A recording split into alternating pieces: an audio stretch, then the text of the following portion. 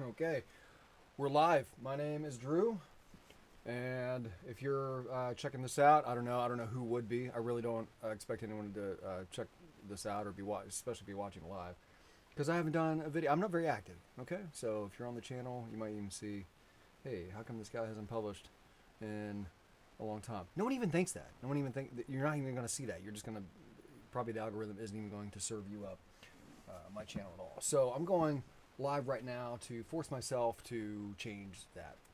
Um, I wanted to. It's funny. I just titled this. I just titled this before I hit record in this software, and the title I don't see it anymore because I hit record, and it's something like a perfectionist is forced to pivot, and I want to speak to that because I think a lot of people out there are perfectionists. I think the sophisticated perfectionists have come to a point that realize that this is not like a sash or a medallion you wear with pride. It is a curse, and perfectionism. I used to hate it. I think when I was young, I think when I was like in high school or something like that, going through some of these tendencies as your personality is really starting to take shape, and I think there are studies that support that. Like in those years, in those pubescent years, your personality is really taking shape.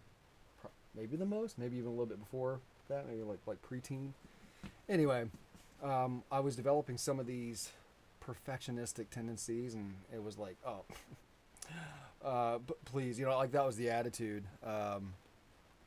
Like, shucks, you flatter me because it says that you're a hard worker. It says that you care about something being good. You care about the quality of something, and you put your name on it. There's a sense of pride behind that. But as you get older, and as I've aged, as I've gone through my journey, I don't like it. I don't like it. It really, I hate it when people would call me that, because I look at people in life that I admire. I admire for their success. And what are they? They are not a perfectionist. I'm saying that. I'm trying to think of like outliers, misnomers. Are there people who I don't know. But usually, it's the people who can get out of their own way and just launch something. And I'm going to tell you, I'm going to confess here, I have a real hard time with that.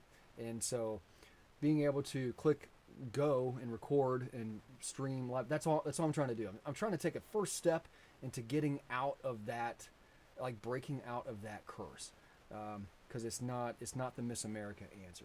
It is.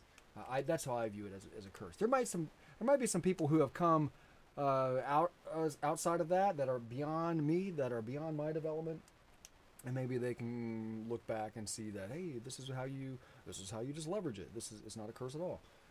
But me, where I am, I haven't figured that out. So this is just a step to do that. I got some notes here, so I'm just gonna look down here, and so I've shared with you that. I'm gonna try and give you like 3 tips. Okay, so I'm just gonna hit record and try my best to think on my feet, and just that way it's. Because here's the other thing perfectionists get into. I keep thinking of edits, right? You keep thinking of, ooh, this deserves some post-production. Because you watch, is anyone like me? I think a lot of people are like me now. Like the TV bill, the cable bill was canceled years ago. Like we don't have cable. And Steve Jobs had this vision, like he knew that this day would come. Like everything's watched on a smart TV. Everything's streamed now in bits and bytes and little packets of data. And nothing, I don't know who comes in, I don't even know who has cable anymore, but we canceled the TV. So I just watch YouTube, and when I watch YouTube, I watch a lot of what the YouTube algorithm serves to me, and there's a lot of these videos by. It's just impressive. People are just doing impressive things, and they do a lot of impressive things, or they've grown a impressive team, and they do a lot of fancy stuff in post production. So I'm not gonna get to do that because I just hit record, and I'm marking out my notes here as I go through them. Okay, so keep going. Yeah, I wrote down here in my notes, like, done is better than perfect. And some coach probably told me that somewhere along the line, and I'm like, yeah, that's good. What a soundbite. Go get them. Yeah, I'm inspired. Done is better than perfect. And then did I do it? No, it's hard. It's hard to do. It's easier said than done. There's another soundbite. So, okay, no editing challenge. a challenge to kill perfectionism. I got a friend that I run into. He was a college pal, really good friend, and now it's so funny. We've reconnected after, I don't know, 30, 25 years, and just picked up right where we left off. And he is wanting to do. We're in similar places where we have got to pivot. I don't know if he struggles with this, but he might be. We're similar in a lot of ways. You know, he might have the perfectionism too. So I'll just mention my friend Joey. Who knows? Might even give him a link to his stuff, because he's got a whole vision of wanting to reset and make his own show. And it's really, honestly, just we have a text thread that just keeps going back and forth, and it's kind of inspiring to have another layer of accountability, another friendship that just kind of gets, we kind of get each other, what we're trying to do here. So, what else am I going to say here in this short time? I want to give you a plan. When 20 minutes ago, when I was stuck, I'm like, okay, I want to hit go. I want to get out of this pattern. I want to break a pattern. And perfectionism or not, you probably, if you're watching, that might be the value to take out of this. What is the pattern that I am currently in that I don't want? I don't like it, and I want to break out of it. So I want to publish more, and I have more time. Because I used to, I still do. So I'm an agency, right? I'm a agency with a small team. I was talking to someone on tap, or I was talking to someone the other day, and she was saying, like, I have people on tap. I'm like, oh, that's a good way to put it. I got people in a small team. I put them on tap. But whatever I do, whatever skills that I've learned, because that's one thing that I guess maybe perfectionists do. They just keep learning. We're pretty decent at picking up a new skill. But there comes a point where, I physiologically feel an aversion and just needing to learn something new. I will if I have to, but man, I'm getting to the point where it's like, oh my gosh, another system, another thing to learn. Can I learn it? Do I have the aptitude to do it? Yeah, maybe, I guess, but it's just again, that's more the feeling instead of, all right, let me at 'em, let me, ripping through the like on the football field when the runners come out, they bust through that paper thing and knock over a cheerleader or two, and they're just ready to get at it. Like, that is no longer where I am, and that might be, if you're watching, that might be where you are. You might be long past it. You might be back there.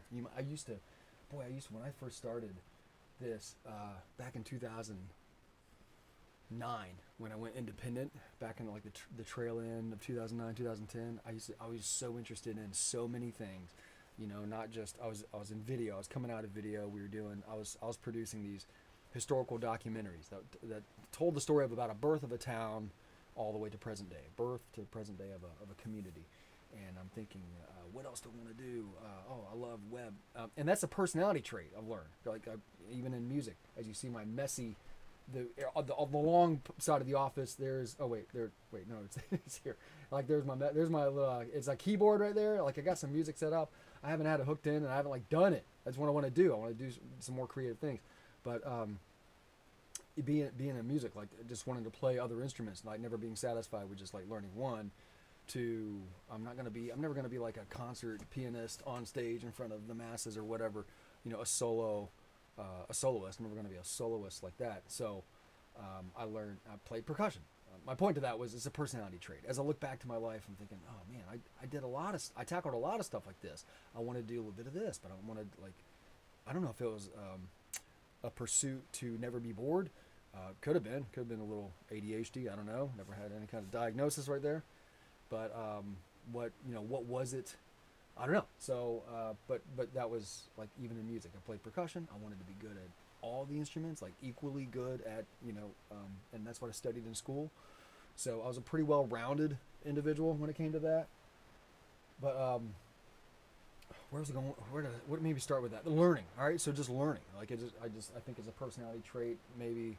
I don't know if anyone is watching, if this is helping. Maybe you're thinking to yourself, oh yeah, I like learning a lot of things too. Oh, maybe I can look back in my life and see it's a personality trait. So I thought I'd list down just a few points, and that's actually part of my system. When you haven't published in a long time, and you're like me, and you're in the boat, you hit record, just go and do stuff.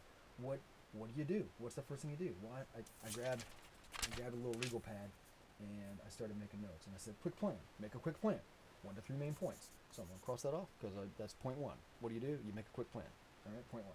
And now I'm going to share some things that I have done. Next thing is I'm going to talk about just getting some help. Getting some help and figuring out. This does not sound like me to say, like, to figure out who I am.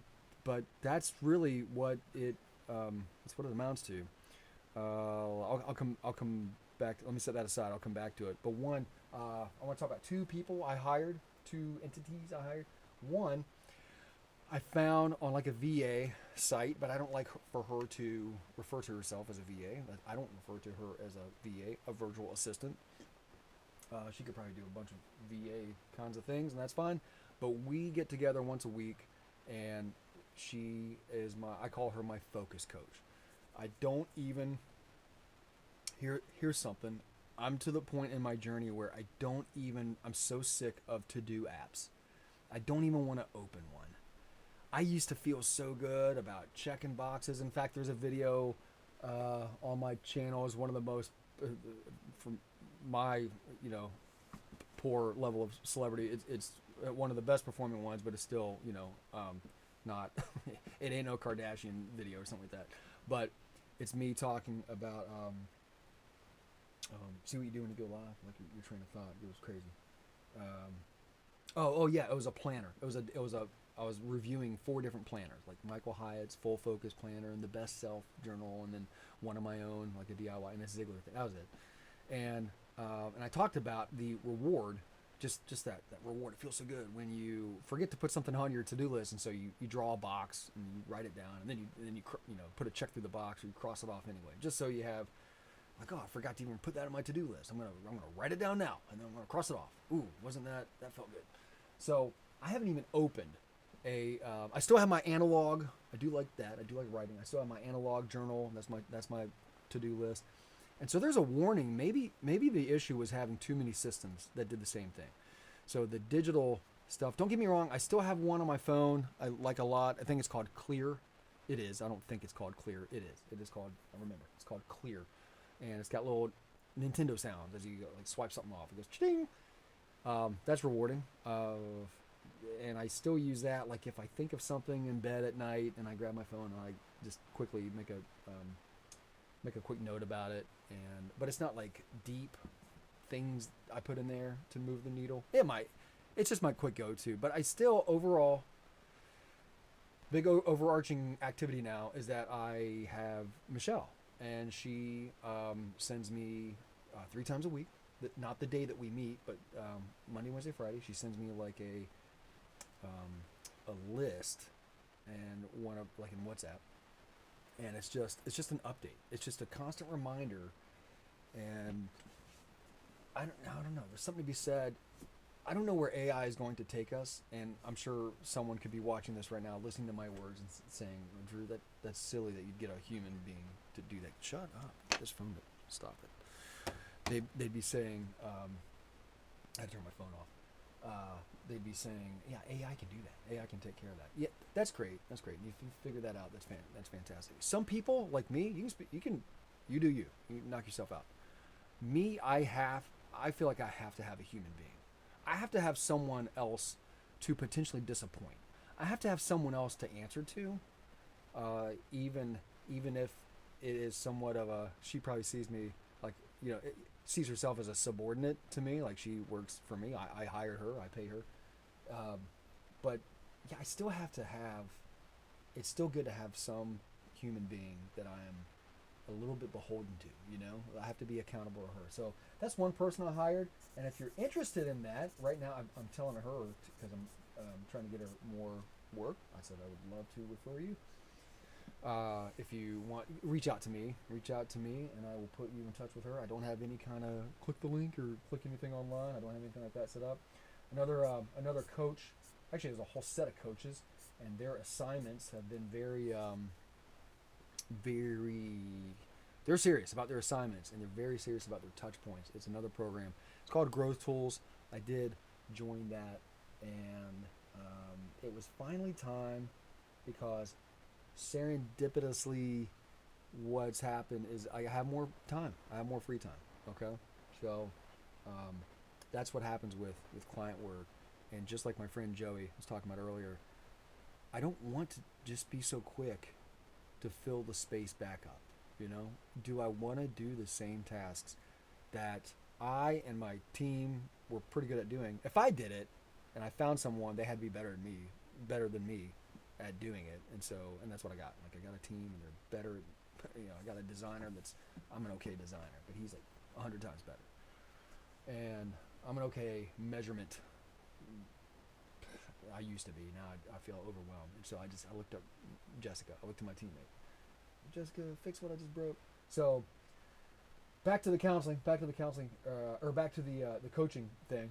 They have I joined them, and I'm finally working on my own offer, and so that's good. It's good. I have to wake up.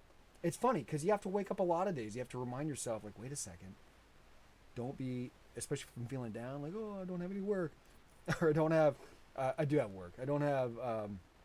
It's scaled back considerably. But I have other commitments too. I still got a little bit of work, and it's good. It's good clients. I feel like I'm showing up to the table. It's rewarding. I feel like I'm showing up to the table, contributing something. That's great. Sometimes money can't buy that. You got a lot of people that probably are paid handsomely, and they just hate their lives because they don't feel like that. They don't feel like they are in a role where they contribute. That's not the case. No, I have to be grateful. Remind myself of that. But the coaching. I want to move on because I hired a coach, hired a focus coach, and hired a coach. And let me turn my camera back on. And then I did have. I don't want to go too long. All right, maybe I should save this. See, look at this. I got about halfway through my stuff. I'm gonna jump. I'm gonna save some content for later, because I'll share more. I did talk about. Don't want to fill the space.